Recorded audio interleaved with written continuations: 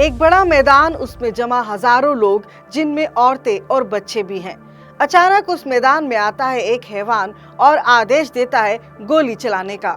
गोली चलती है, चीख पुकार मच जाती है। मैदान में मानो खून का तालाब बन जाता है। उस तालाब के बीच एक बच्चा दिखाई देता है जो अपनी मरी हुई माँ के सीने से दूध पीने की कोशिश कर रहा है।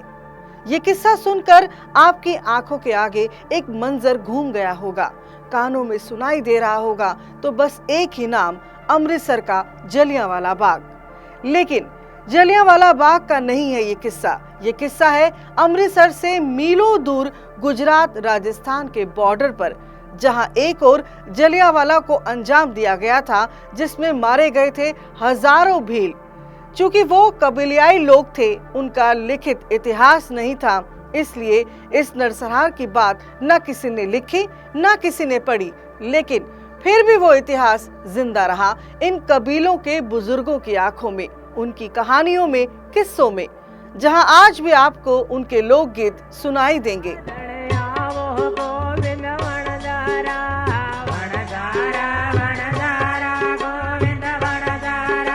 नमस्ते जी, मैं हूं हरप्रीत कौर। कार्यक्रम देख रहे सभी दर्शकों का आभार और स्वागत।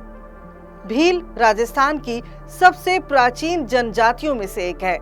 भील शब्द बीलू से बना है, जिसका मतलब होता है कमान। तीर कमान चलाने में इन लोगों का कोई सानी नहीं है।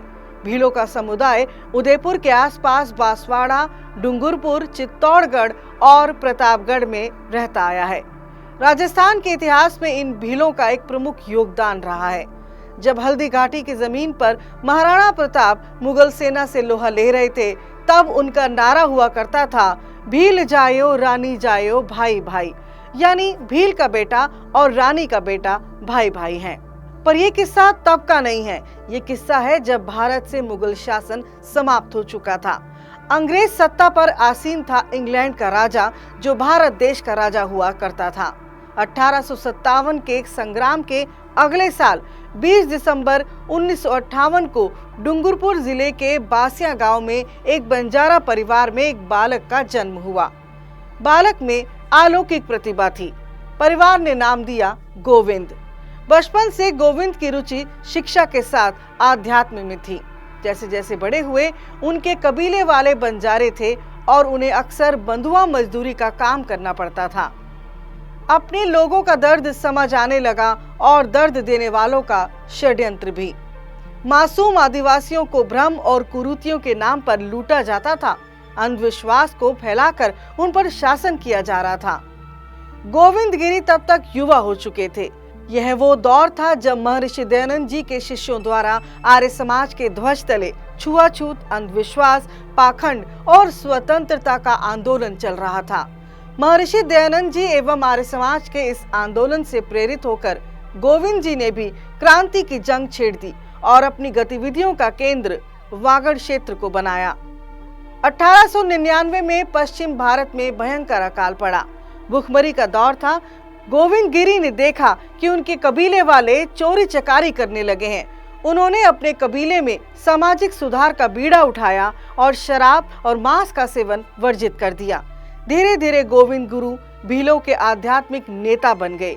जैसा हमने बताया कि उस दौर में राजा रजवाड़े भीलों से बंधुआ मजदूरी कराते थे, वहीं उन पर भारी टैक्स भी लगाया जाता था। गोविंद गुरु ने इसके खिलाफ आवाज उठाई। उन्होंने भगत आंदोलन की शुरुआत की। आंदोलन को मजबूती देने के लिए गुरु ने संप सभा नाम का एक सामाजिक धार्मिक संगठन बनाया था। गांव-गांव में इसकी इकाइयां स्थापित की गई। आंदोलन से जुड़े लोग अग्नि को शक्ति मानते थे और अग्नि के समक्ष होकर हवन करते थे। इसे धुनी लगाना कहा जाता था। इसी धुनी से खड़ी हुई एक चिंगारी, जिसने अंग्रेजों में खलबली पैदा कर दी। हुआ यूं कि साल 1910 में गोविंद गुरु ने अंग्रेजों के सामने अपनी 30 मांगे रखी, जिनमें बंधुआ मजदूरी, लगान और भीलों के उत्पीड़न पर रोक लगाने की मांग रखी गई थी। अंग्रेजों ने इन मांगों को मानने से इनकार कर दिया और वो भगत आंदोलन को दबाने में लग गए।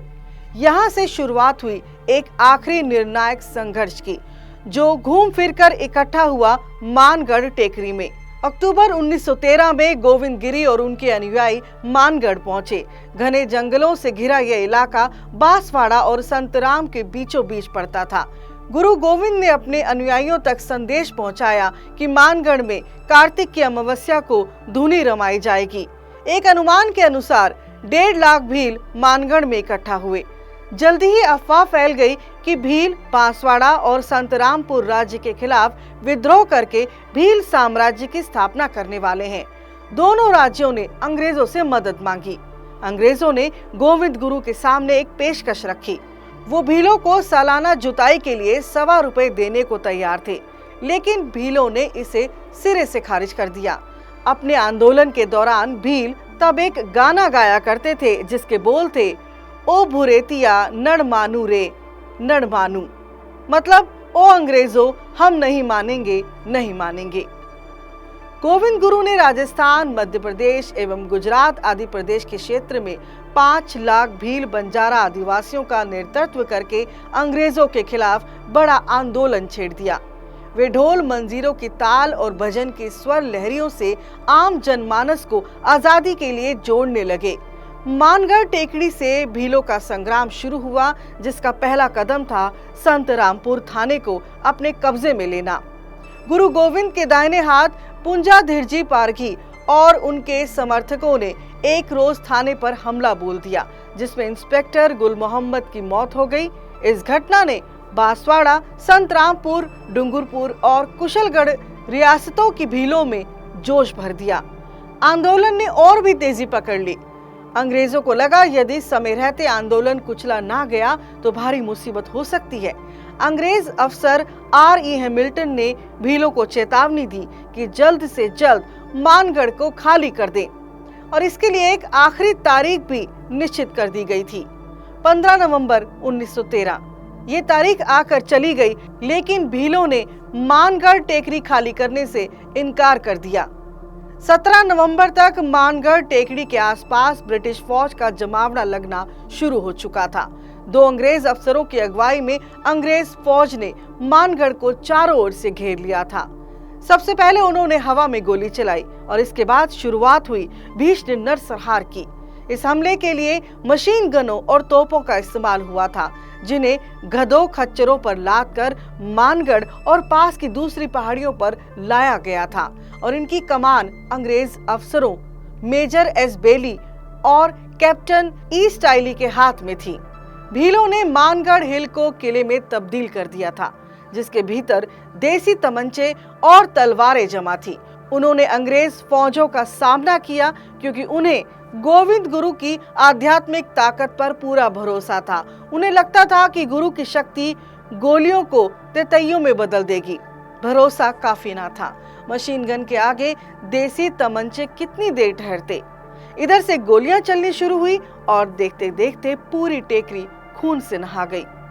अंग्रेजों ने खच्चरों के ऊपर तोप जैसी बंदूकें लाद दी थी और उन्हें वे गोले में दौड़ाते थे, जिनसे लगातार गोलियां चलती जाती थी ताकि ज्यादा से ज्यादा लोगों को मारा जा सके। कई घंटे की गोलीबारी के बाद आखिर में जब एक अंग्रेज अफसर ने देखा कि एक मरी हुई भील महिला का बच्चा अपनी मां का दूध पीने की कोशिश कर रहा है, तब जाकर उसने गोलीबारी रोकने के आदेश दिए।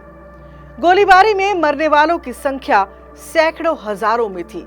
कई लोगों ने भागने की कोशिश की और वो पहाड़ी से गिरकर मर गए। जो बचे वो आसपास की गुफाओं में छुप गए।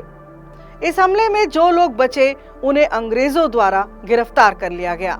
इनमें गोविंद गुरु का नाम भी शामिल था। उन पर मुकदमा चलाकर फांसी की सजा सुनाई गई, लेकिन अंग्रेजों ने दोबारा विद्रोह से डरकर फांसी को आजीवन कारावास में तब्दील कर दिया। गुरु गोविंद ने अगले 6 साल हैदराबाद की जेल में गुजारे।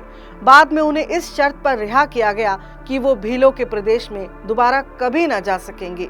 वे गुजरात में लिबंडी के पास कंबोई में बस गए। साल था 1931, 30 अक्टूबर तिथि। गोविंद गुरु अंतिम यात्रा पर निकल गए। आज भी उनकी याद में उनके नाम का मेला प्रतिवर्ष लगता है। इस इलाके के भील आदिवासी और बंजारा समुदाय के लोगों में गोविंद गुरु का दर्जा बहुत ऊंचा है। उनके द्वारा किए सुधार कार्य त्याग, बलिदान की आज भी मिसाल दी जाती है। लेकिन दुखद कि मानगढ़ टेकरी नरसंहार की कहानी किसी ऐतिहासिक दस्तावेज का हिस्सा नहीं बनी, लेकिन बांसवाड़ा में रहने वाले लोगों ने इन कहानियों को अपनी स्मृति में सहेज कर रखा। आर्य समाज अपने इस वीर क्रांतिकारी बलिदानी को शत शत नमन करता है।